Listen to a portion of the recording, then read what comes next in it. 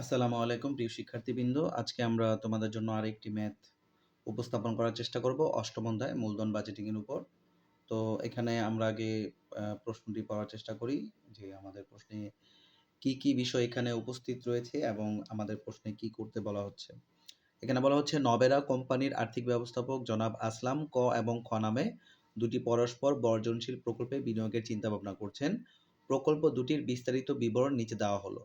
তো খেয়াল করে দেখো এখানে প্রকল্প ক এবং খ দুইটা প্রকল্পেরই প্রাথমিক বিনিয়োগ হচ্ছে ৬৫,০০০ টাকা করে। দেন আমাদের মূল যে তথ্য যেটি হচ্ছে কর পরবর্তী নিট মুনাফা দুইটা প্রকল্পের ক্ষেত্রে আমাদের এখানে উল্লেখ রয়েছে। আমি আবারও বলছি এই জিনিসটা আমাদের খেয়াল রাখতে হবে যে প্রশ্নে আমাদের কোন তথ্যটি উল্লেখ রয়েছে। এটি হচ্ছে আমাদের কর পরবর্তী নিট মুনাফা আমাদের এখানে উল্লেখ রয়েছে। দেন আমাদের আয়ুষ্কাল ৩ বছর ৩ বছর, ভগ্নাবশেষ মূল্য ৫,০০০ এবং ৫,০০০ টাকা। নিচে একটি খুবই গুরুত্বপূর্ণ লাইন উল্লেখ রয়েছে যে কোম্পানি ব্যবস্থাপনা কর্তৃক নির্ধারিত সর্বোচ্চ পেব্যাক সময় ২ বছর। জনাব আসলাম প্রকল্প মূল্যায়নে সনাতন পদ্ধতি ব্যবহার করেন। তো এখানে কিন্তু কোম্পানির ব্যবস্থাপনা কর্তৃক নির্ধারিত হয়েছে যে পেব্যাক সময় যেন সর্বনিম্ন ২ বছর হয়। মানে ২ বছরের নিচে যেন পেব্যাক সময় না হয়। পাশাপাশি প্রকল্প মূল্যায়নে তিনি সনাতন পদ্ধতি ব্যবহার করেন এই কথাটি উল্লেখ রয়েছে। তার মানে আমরা যদি এই অঙ্কে বিনিয়োগ সিদ্ধান্ত দিতে যাই, যেহেতু এখানে সনাতন পদ্ধতি ব্যবহার করেন, পাশাপাশি পেব্যাক সময়কে প্রাধান্য দিয়ে ব্যবস্থাপনা কর্তৃক তাদের বিনিয়োগ সিদ্ধান্ত মূল্যায়ন করেন, তাহলে অবশ্যই আমাকে এখানে বিনিয়োগ সিদ্ধান্ত নিতে গেলে পে ব্যাক সময় নির্ণয় করে আমাকে বিনিয়োগ সিদ্ধান্ত নিতে হবে। আমি আবারও বলছি যেহেতু উদ্দীপকে এই কথাগুলো উল্লেখ রয়েছে, এইজন্য অবশ্যই আমাকে পে ব্যাক সময় নির্ণয় করে আমাকে বিনিয়োগ সিদ্ধান্ত এখানে নিতে হবে। তো আমরা চলে যাই গ নং প্রশ্নে। গ নং প্রশ্নে আমাদেরকে বলা হচ্ছে প্রকল্প ক এর গড় মুনাফার হার কত? প্রকল্প ক এর গড় মুনাফার হার আমাদেরকে নির্ণয় করতে বলা হচ্ছে। তো আমরা জানি গড় মুনাফার হার নির্ণয় করতে অবশ্যই কর পরবর্তী নিট মুনাফা বা নিট মুনাফার প্রয়োজন, যেটি আমাদের প্রশ্নে আমরা দেখতে পাচ্ছি খুব সুন্দরভাবে এখানে উল্লেখ রয়েছে। তার মানে এখানে আমাকে কর পরবর্তী নিট মুনাফা বা নিট মুনাফার জন্য কোনো কাজ করতে হবে না। যেহেতু কর পরবর্তী নিট মুনাফা আমার এখানে উল্লেখ রয়েছে, আমি তাহলে ৩ টা স্টেপ ফলো করে আমার গড় নিট মুনাফার হার নির্ণয় করে ফেলতে পারবো।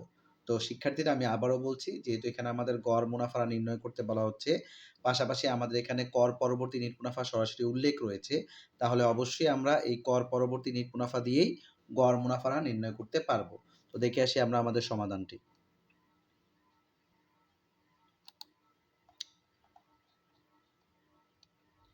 প্রিয় শিক্ষার্থী, আমরা জানি যে গড় নিট মুনাফার হার আমাকে ৩ টা স্টেপ অনুসরণ করে নির্ণয় করতে হয়। আমরা প্রথম স্টেপ যাচ্ছি। আমাদের প্রথম স্টেপ হচ্ছে গড় নিট মুনাফা। এটা হচ্ছে আমাদের নিট মুনাফার যোগফল ডিভাইডেড বাই আয়ুষ্কাল। তো নিট মুনাফার যোগফল বলতে এখানে আমাদের যে কয় বছরের নিট মুনাফা ছিল, আমরা দেখতে পাচ্ছি যে এখানে আমাদের ৩ বছরের নিট মুনাফা উল্লেখ রয়েছে। সো প্রকল্প ক এর এই ৩ বছরের নিট মুনাফাকে আমরা উপরে যোগ করব। এই যে আমরা নেট মুনাফাগুলো উপরে যোগ করলাম। দেন আমরা ৩ যেহেতু আয়ুষ্কাল এখানে ৩ বছর উল্লেখ রয়েছে, তো আমরা এখানে ৩ দিয়ে ভাগ করলে আমাদের গড় নিট মুনাফা চলে আসলো ১৫,৬৬৭।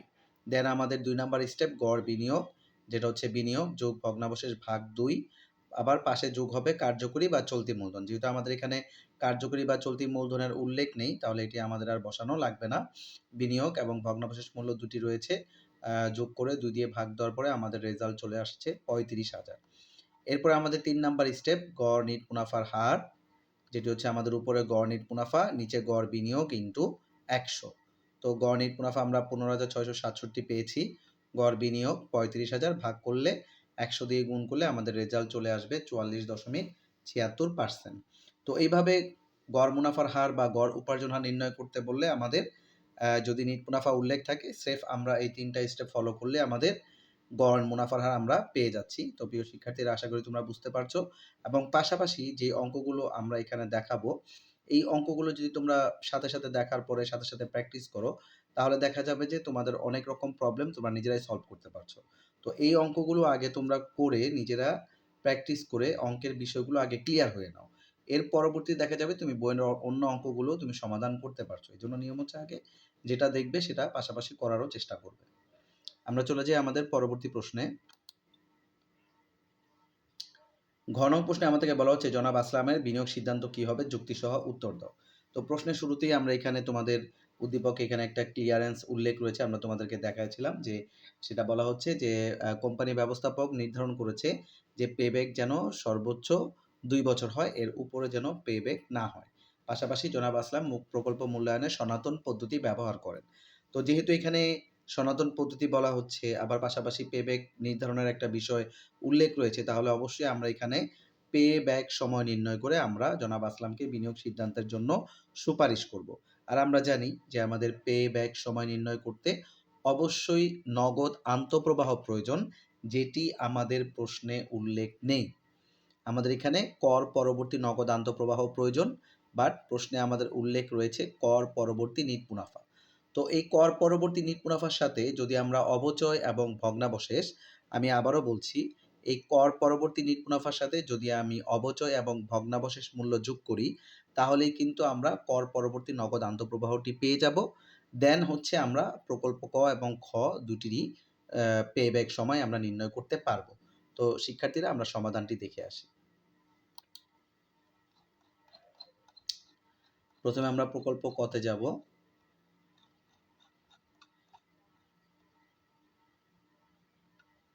হ্যাঁ, আশা করি তোমরা দেখতে পাচ্ছ, এটি হচ্ছে আমাদের প্রকল্প ক। আমরা নগদ আন্তঃপ্রবাহ নির্ণয় হেডলাইন দিয়েছি। যেহেতু আমাদের এখানে ৩ বছরের নিট মুনাফা উল্লেখ রয়েছে, আমাদের পাশাপাশি বিবরণ সহকারে এভাবে ৪ টা ঘর আমরা করব। কর পরবর্তী নিট মুনাফা আমাদের যেই বছরগুলোতে উল্লেখ রয়েছে, প্রথম বছর, দ্বিতীয় বছর এবং তৃতীয় বছর যেভাবে উল্লেখ ছিল আমরা বসালাম। দেন আমরা লিখেছি যোগ অবচয়। তো কর পরবর্তী নিট মুনাফার সাথে এখানে অবচয়টাকে আমরা যোগ করতে হবে।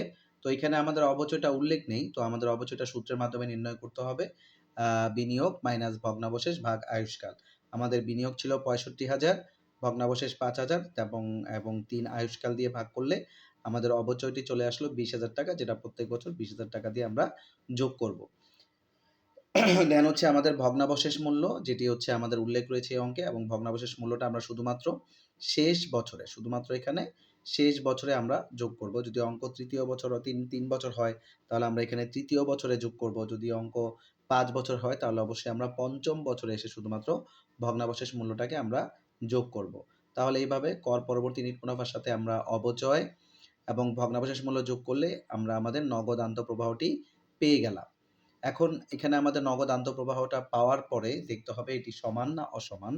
যেহেতু একেক বছর একেক রকম নগদ আন্তঃপ্রবাহ আমাদের বের করা হয়েছে, তাহলে অবশ্যই আমরা বলতে পারি এটি হচ্ছে অসমান নগদ আন্তঃপ্রবাহ। পে ব্যাক সময় নির্ণয় করতে গেলে আমাকে এই নগদ আন্তঃপ্রবাহগুলো ব্যবহার করে পে ব্যাক সময় নির্ণয় করতে হবে, এবং এর আগে আমাকে ক্রমযোজিত নগদ প্রবাহ নির্ণয় করতে হবে। তো আমরা ক্রমযোজিত নগদ প্রবাহটি নির্ণয় করব এখন। দেখতে পাচ্ছ শিক্ষার্থীরা, এটা হচ্ছে আমাদের ক্রমযোজিত নগদ প্রবাহ নির্ণয়ের ঘর। এখানে আমাদের বছর ১, ২, ৩ দেওয়া ছিল, এবং নগদ আন্তঃপ্রবাহ যেগুলো আমরা পেয়েছি ৩০,৫০০, ৩২,৫০০ এবং ৪৯,০০০, এই মানগুলো আমরা বসালাম। দেন ক্রমযোজিত আমাদের করতে হবে। ক্রমযোজিত আমরা কিভাবে করব? প্রথমে ৩০,৫০০ রয়েছে, আমরা ৩০,৫০০, দেন ৩০,৫০০ সাথে ৩২,৫০০ যোগ করলে ৬৩,০০০, ৬৩,০০০ সাথে ৪৯,০০০ যোগ করলে ১,১২,০০০ টাকা। এইভাবে আমাদের ক্রমযোজিত নগদ প্রবাহ নির্ণয় হয়ে গেল। এখন আমাদের পে ব্যাক সময়ের যে মানগুলো, সেগুলো আমরা এই আমাদের টেবিল থেকে নিয়ে তারপরে হচ্ছে আমরা আমাদের পে ব্যাক সময়টা নির্ণয় করব। তো এই জন্য আমাকে প্রথমে দেখতে হবে আমাদের বিনিয়োগ কত। এখানে হচ্ছে আমাদের বিনিয়োগ ছিল ৬৫,০০০ টাকা। তো আমরা দেখব প্রথমে ক্রমযোজিত নগদ প্রবাহের ঘরে, যে এখানে আমরা দেখতে পাচ্ছি যে আমরা কি দেখব? আমরা দেখব যে আমাদের বিনিয়োগকৃত টাকার চেয়ে সমান বা বেশি। আমি আবারও বলছি, বিনিয়োগকৃত টাকার চেয়ে সমান বা বেশি আমরা কোথা থেকে পাওয়া শুরু করছি, সেই জায়গাটাকে এভাবে আমরা চিহ্নিত করে রাখবো। তো এখানে দেখতে পাচ্ছি আমাদের এখানে ৩০,৫০০, যেটা বিনিয়োগের চেয়ে কম। ৬৩,০০০, এটাও আমাদের বিনিয়োগ ৬৫,০০০-এর চেয়ে কম। ১,১২,০০০, এই যে এইটা আমাদের বিনিয়োগকৃত টাকার চেয়ে বেশি। এই জায়গাটাকে আমরা এভাবে দাগ দিয়ে রাখবো।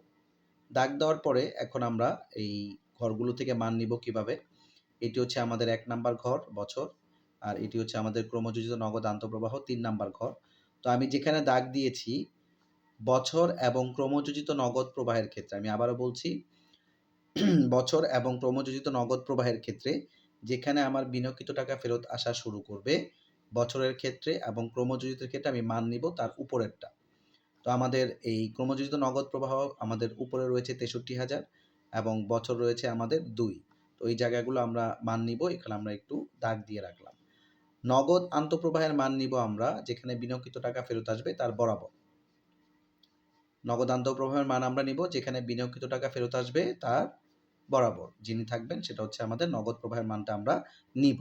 তো অ্যাকচুয়ালি এই মানটা কিন্তু আমরা নিব না, কিন্তু এটাকে কেন্দ্র করেই কিন্তু আমাদের এই সব মানগুলো এখান থেকে নিতে হচ্ছে। এজন্য প্রত্যেকটা মানই ইম্পর্টেন্ট, প্রত্যেকটা মানই খুব সতর্কতার সহিত তোমরা দাগ দিয়ে মানগুলো নেওয়ার চেষ্টা করবে। আমি আবারও বলছি, ১ এবং ৩ নাম্বার ঘরের আমি মান নিব যেখানে আমার বিনিয়োগকৃত টাকা ফেরত আসবে তার উপরেরটা।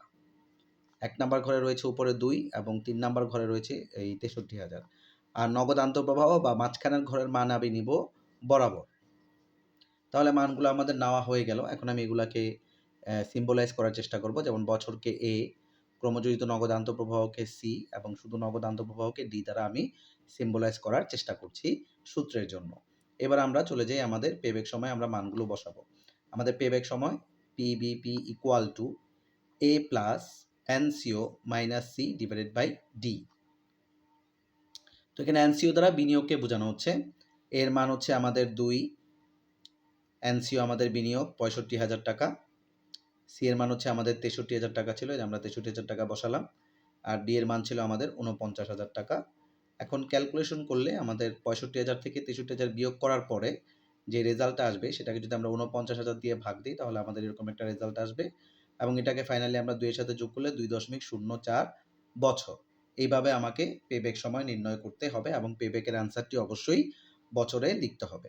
এটা আমরা পেয়ে গেলাম আমাদের ক প্রকল্পের পেব্যাক সময়। ঠিক সেম ওয়েতে আমরা এখন খ প্রকল্পের পেব্যাক সময় নির্ণয় করব এবং এখানে আমাদের খ প্রকল্পেরও কর পরবর্তী নিট মুনাফা উল্লেখ রয়েছে। তো এই কর পরবর্তী নিট মুনাফাকে আমাদের নগদ আন্তঃপ্রবাহে রূপান্তর করতে হবে ঠিক ক প্রকল্পের মতোই। দেন আমরা হচ্ছে আমাদের খ প্রকল্পের পেব্যাক সময় নির্ণয় করতে পারবো। তো আমরা একটু নগদ আন্তঃপ্রবাহগুলো এখান থেকে দেখে নিই, দেন হচ্ছে আমরা সমাধানে চলে যাচ্ছি। ১৮,০০০, ২২,০০০ এবং ১২,০০০। এবার আমরা চলে যাই আমাদের সমাধানে। তো দেখতে পাচ্ছ প্রিয় শিক্ষার্থীরা, ঠিক সেম ওয়েতে আমাদের খ প্রকল্পেরও ঘরগুলো কর পরবর্তী নিট মুনাফা যেটা আমরা পেলাম সেটা হচ্ছে আমরা এখানে ৩ বছর বসালাম, যোগ অবচয়, অবচয় আমরা সূত্রের মাধ্যমে ঠিক ক প্রকল্পে যেভাবে আমরা নির্ণয় করেছি সেম ওয়েতে, এবং ভগ্নাবশেষ মূল্য ঠিক আগের মতোই, শুধুমাত্র শেষ বছরে আমরা যোগ দিব। তাহলে আমাদের খ প্রকল্পে নগদ আন্তঃপ্রবাহটা নির্ণয় হয়ে গেল ৩৮,০০০, ৪২,০০০ এবং ৩৭,০০০। এখন আমরা এই নগদ আন্তঃপ্রবাহগুলোকে ক্রমযোজিত করব। এই হচ্ছে আমাদের ক্রমযোজিত টেবিল, বছর, নগদ আন্তঃপ্রবাহ, ক্রমযোজিত নগদ আন্তঃপ্রবাহ। তো আমরা নগদ আন্তঃপ্রবাহগুলো বসিয়ে ক্রমযোজিত করলাম। করার পরে এখন আমরা হচ্ছে খ প্রকল্পের পেব্যাকের যে মানগুলো ঠিক সেম ওয়েতে আমরা ক প্রকল্পে যেভাবে নিয়েছি এখানেও ঠিক সেভাবেই নিতে হবে। তো আমরা দেখতে পাচ্ছি এখানে আমাদের ক্রমযোজিত নগদ আন্তঃপ্রবাহে খ প্রকল্পের দ্বিতীয় বছরে কিন্তু বিনিয়োগকৃত টাকার চেয়ে বেশি পাওয়া শুরু হয়ে গেছে। আমরা বিনিয়োগকৃত টাকার চেয়ে বেশি পেয়েছি এখানে এবং এখানে, কিন্তু শুরুর জায়গাটা আমাকে খুঁজে বের করতে হবে। আমার কিন্তু বিনিয়োগকৃত টাকা ৬৫,০০০-এর চেয়ে বেশি আমি এখানে পাওয়া শুরু করেছি। তো এই জায়গাটুকুকে আমি দাগ দিলাম। দেওয়ার পরে আমাদের প্রথম বছর এবং ক্রমযোজিত নগদ প্রবাহের ক্ষেত্রে বছর এবং ক্রমযোজিত নগদ প্রবাহের ক্ষেত্রে আমাকে মান নিতে হবে এটার উপরেরটা। তো আমরা এই যে মানগুলো নিলাম, দাগ দিলাম। পাশাপাশি নগদ আন্তঃপ্রবাহের মান নিতে হবে এটার বরাবর। এটাকে আমি দাগ দিয়ে রাখলাম এবং এভাবে ACD দিয়ে আমি সিম্বলাইজ করলাম। এখন আমরা সূত্রে মানগুলো বসাবো। আমাদের সূত্র হচ্ছে A plus NCO minus C divided by D। এখানেও আমাদের খ প্রকল্পেরও বিনিয়োগ হচ্ছে ৬৫,০০০ টাকা এবং C এর মান আমরা নির্ণয় করেছিলাম ৩৮,০০০ এবং D এর মান ছিল আমাদের ৪২,০০০ টাকা বসালাম। ঠিক সেম ওয়েতে ক্যালকুলেশন করলে আমরা দেখতে পাচ্ছি যে খ প্রকল্পের পেব্যাক সময় আমাদের চলে এসেছে ১.৬৪ বছর। তো এখন আমি কোন প্রকল্প বিনিয়োগের জন্য সুপারিশ করব? শিক্ষার্থীরা মনোযোগ দিয়ে খেয়াল রাখতে হবে। এখানে নরমালি পেব্যাক সময় দিয়ে আমরা সিদ্ধান্ত নিলে যে প্রকল্পের পেব্যাক সময় কম সেটাতে আমরা বিনিয়োগের জন্য সুপারিশ করব। যে প্রকল্পের পেব্যাক সময় কম সে প্রকল্পে বিনিয়োগের জন্য আমরা সুপারিশ করব। এখন আমি যেহেতু প্রকল্প এখানে আমাদের প্রকল্পগুলোতে একটা পেব্যাকের আদর্শ মান উল্লেখ রয়েছে, যে এখানে আমাদের কিন্তু বলা হচ্ছে যে পেব্যাক সময় যেন সর্বোচ্চ ২ বছর হয়, মানে ২ বছর হয়, এর বেশি যেন না হয়। তাহলে কোম্পানি কিন্তু একটা পেব্যাক সময়ের আদর্শ মান তারা নির্ধারণ করেছে এখন আমি তাহলে দেখব কোন প্রকল্পের পেব্যাক সময় ২ বছরেরও কম। তো আমরা দেখতে পাচ্ছি এখানে ক প্রকল্পের পেব্যাক সময় ২.০৪ যেটা ২ এর একটু বেশি এবং খ প্রকল্পের পেব্যাক সময় ১.৬৪ যেটা ২ এর কম। তার মানে আমি অবশ্যই জনাব আসলামকে খ প্রকল্পে বিনিয়োগের জন্য সুপারিশ করব। কারণ একে তো এটার পেব্যাক সময় কম, পাশাপাশি তাদের নির্ধারিত মানের চেয়েও এটা অনেক কম রয়েছে। এজন্য অবশ্যই জনাব আসলাম খ প্রকল্পে বিনিয়োগ সিদ্ধান্ত নিতে পারেন। তো প্রিয় শিক্ষার্থীরা আজকে এ পর্যন্তই। দেখা হবে আগামী ক্লাসে। আগামী ক্লাসে আমরা নতুন আরেকটি ম্যাথ নিয়ে তোমাদের উপস্থাপন করার চেষ্টা করব। ক্লাসগুলো তোমরা দেখো এবং এই ধরনের অঙ্কগুলোই তোমরা প্র্যাকটিস করো। আশা করি তোমরা খুব দ্রুত এই ক্লাসগুলোর মাধ্যমে অঙ্ক শিখে ফেলতে পারবে। আজকে এ পর্যন্তই। আসসালামু আলাইকুম।